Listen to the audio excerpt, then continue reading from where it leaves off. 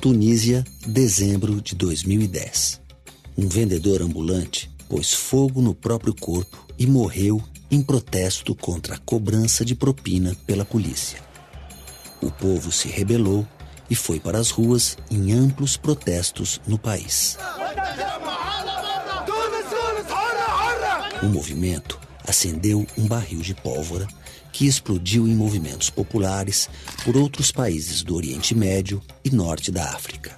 Se alastrou pela Líbia, Egito, Argélia, Síria, Bahrein, Marrocos, Iêmen, Jordânia e Omã em passeatas, greves, comícios, prisões, enfrentamentos com a polícia e até guerras civis.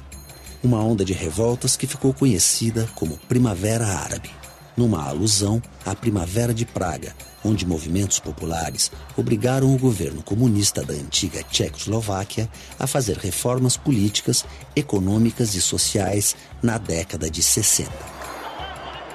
A Primavera Árabe foi a primeira grande onda de protestos democráticos do mundo árabe no século XXI, causada por problemas latentes em vários países, como desemprego, falta de oportunidade para as gerações mais jovens, repressão política, regimes ditatoriais e a concentração de poder e riqueza nas mãos de poucos. Diante desse quadro de aumento da violência, né, o que nós temos no mundo acontecendo hoje na política internacional? Ao contrário do passado, em que as guerras eram guerras entre nações, entre países, entre exércitos formais, como foi a Segunda Guerra, a Guerra do Vietnã, etc. Hoje, sobretudo nos anos 2000 para cá, a maior parte dos casos de violência internacional elas estão ocorrendo dentro dos países. São guerras civis.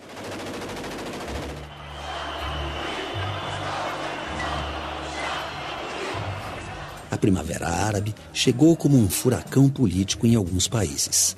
Em semanas, derrubou ditadores há décadas no poder, como o presidente Zine al-Abidine Ben Ali, da Tunísia, Hosni Mubarak, do Egito, e Muammar Gaddafi, da Líbia.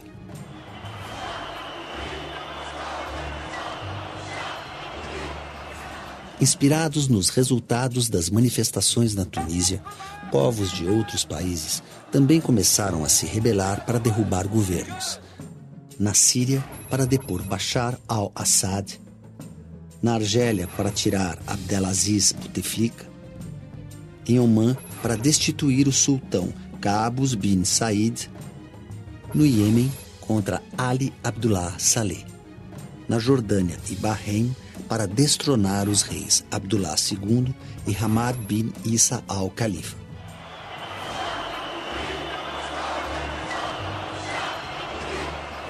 Na Líbia, Egito e Tunísia, a Primavera Árabe conseguiu rápidos resultados. O povo da Tunísia derrubou e prendeu o presidente Ben Ali por desvio de verbas, corrupção e fraudes. O país instalou um novo parlamento, convocou eleições e escreveu uma nova Constituição considerada uma das mais progressistas do mundo árabe. No Egito, a Primavera Árabe foi chamada de Dias de Fúria. Em 2 semanas de protesto, o movimento levou à renúncia do presidente Hosni Mubarak. Os militares chegaram a essa conclusão: olha, Mubarak vai ter que descer, apesar dele ser homem nosso, ele vai ter que descer do poder, porque não queremos reprimir a população. Então, foram os militares que de fato tiraram Mubarak, pressionados pela população. Depois da saída de Mubarak, uma junta militar assumiu temporariamente o poder no Egito até a realização de novas eleições, que levou ao poder o candidato da Irmandade Muçulmana Mohamed Morsi, que em pouco tempo também foi deposto. Mohamed Morsi, ele começou a centralizar poderes nas suas mãos. Além disso, aprovou uma constituição que era bastante mais islamizada do que a que existia antes, ou seja, uma tentativa de controlar costumes maior do que havia antes. As primeiras medidas do Morsi demonstram o quê? Demonstram uma clara guinada da Irmandade em direção a um radicalismo islâmico. E é isso que assusta tanto os setores conservadores e secularizadas da população, da sociedade egípcia, quanto o mundo ocidental, que vê nisso um risco de uma espécie de uma islamização do Egito perigosa para o projeto de aproximação da democracia egípcia ou da cena política egípcia com o Ocidente. Isso, ao mesmo tempo em que desagradou toda essa juventude, essa vanguarda revolucionária, também entrou em conflito com os militares, que continuaram sendo ali, no pano de fundo, nos bastidores, o alicerce do regime. Eles nunca deixaram de ser. Então, Mohamed Morsi conseguiu se desentender com militares e conseguiu se desagradar a vanguarda revolucionária egípcia. Isso levou finalmente à sua deposição. Este ponto é um ponto muito importante para entender o porquê da perda de apoio popular para a Irmandade, né? E que a levou à radicalização, e com a radicalização, nesse enfrentamento, um grupo que foi tornado um grupo terrorista, pura e simplesmente, proscrito. Com a saída de Morsi, o Marechal Abdel Fattah al-Sisi foi eleito novo presidente do Egito e os militares voltam ao poder no país. Essa mesma instituição deu um golpe branco, né, e retomou o poder, mas não do modo como ele era exercido por Mubarak, numa ditadura, pura e simplesmente uma ditadura. Mas não vai implantar um regime democrático tal e qual nós conhecemos no mundo ocidental, uma democracia originalíssima egípcia, em que as Forças Armadas têm um poder político muito grande. Os protestos no Egito continuam entre os que são contra a volta dos militares ao poder. Na Líbia, a Primavera Árabe se transformou em guerra civil para trocar o governo de Muammar Gaddafi. Ele tinha um poder absoluto, não permitia qualquer tipo de oposição dentro do país, vinha historicamente reprimindo opositores políticos, colocando na cadeia, ou seja, não foi algo recente isso durante todo o seu regime, e tinha muito poder por causa da exploração do petróleo. A situação na Líbia se agravou tanto que a OTAN, Organização do Tratado do Atlântico Norte, interferiu no conflito, aprovou o envio de armas aos rebeldes e a entrada de tropas estrangeiras no país em apoio às forças civis. A intervenção militar externa na Líbia gerou protestos pelo mundo. Dificilmente uma intervenção externa vai estar em sintonia exatamente com o que a população quer. E a democracia significa deixar que a população busque o seu caminho, que ela se autodetermine, que ela, enfim, dite as suas necessidades. Então tem uma parcela, né, da comunidade internacional que acha, não, deixe que eles se matem, porque nós não podemos intervir nos assuntos internos de um país. Escuta, mas é um ditador que está lá há 40 anos, sanguinário, mandando tanques atirar em jovens desarmados no meio da rua. Nós vamos permitir isso? Então, as intervenções externas, quando dizem que vão levar a democracia, lamentavelmente, não é isso que de fato acontece. Tem uma agenda política, que é uma agenda ditada pelo interesse externo e não pelo interesse da população. Por que é que houve intervenção na Líbia e não na Síria? Porque a Líbia tem petróleo e a Síria não tem. Eu quero dizer que há limites para a não intervenção. Não há nenhum princípio de soberania que justifique que uma ditadura sanguinária massacre o seu povo, e enquanto a comunidade internacional assiste passivamente a esse tipo de coisa. Nos confrontos, Gaddafi foi morto. O país formou um governo transitório, passou o poder ao parlamento e ainda vive violentos protestos de grupos fortemente armados nas ruas. E como explicar a Primavera Árabe em tantos países ao mesmo tempo?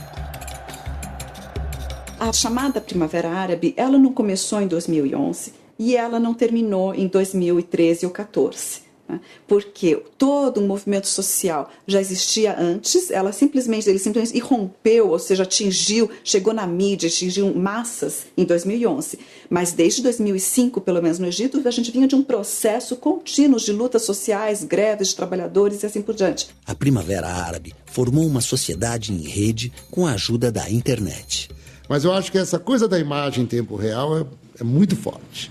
Então, a informação e a imagem em tempo real. Quer dizer, você ir lá no meio da manifestação, enfrentando a polícia, apanhando da polícia e aquelas imagens sendo transmitidas. Essa conectividade e a possibilidade de que as pessoas possam se organizar agora através dessas redes virtuais, não necessariamente em partidos, aquela coisa mais convencional da política. Esse foi o fator diferencial na Primavera Árabe. E a população teve um ganho importante, que é o ganho de experimentar reivindicar os seus direitos, de se politizar, de discutir política, de ir para as ruas. Então, esse ganho social, ele permanece. Sem dúvida nenhuma que esse é o novo mundo da política. A Primavera Árabe teve começos iguais, desfechos diferentes e, em alguns países, nem terminou. Hoje, as revoltas árabes, em geral, não só no Egito, mas nos outros países, estão sofrendo um processo de contra-revolta, de contra-revolução, enfim, uma volta a um fechamento até maior do que havia antes, dada a necessidade, pelo ponto de vista dos regimes, de reprimir e tentar acabar com o movimento de vanguarda da juventude, da população que estava e ainda está clamando por maior liberdade e direitos, enfim, justiça social. Há uma tentativa da parte dos países da União Europeia, sobretudo França, Itália, Inglaterra, Alemanha, os países da União Europeia e da OTAN, né? E da parte dos Estados Unidos, de, se não dominar a direção desse movimento, mas tentar orientá-lo para convergir com os interesses do Ocidente. O exercício da democracia é um desafio permanente que só se aperfeiçoa quando é exercida e onde o ideal deve ser o bem-estar de todos. Para se criar democracia, não basta haver eleições. É preciso criar ou recriar, construir e reconstruir instituições. Partidos, sindicatos, associações, liberdade religiosa, direito às minorias, então direito de organização, de manifestação, direito ao estudo, direito ao trabalho, direito de ir e vir. Esse direito não basta você ter uma Constituição formalmente democrática. É preciso que essa Constituição encontre respaldo na vida cotidiana dos cidadãos.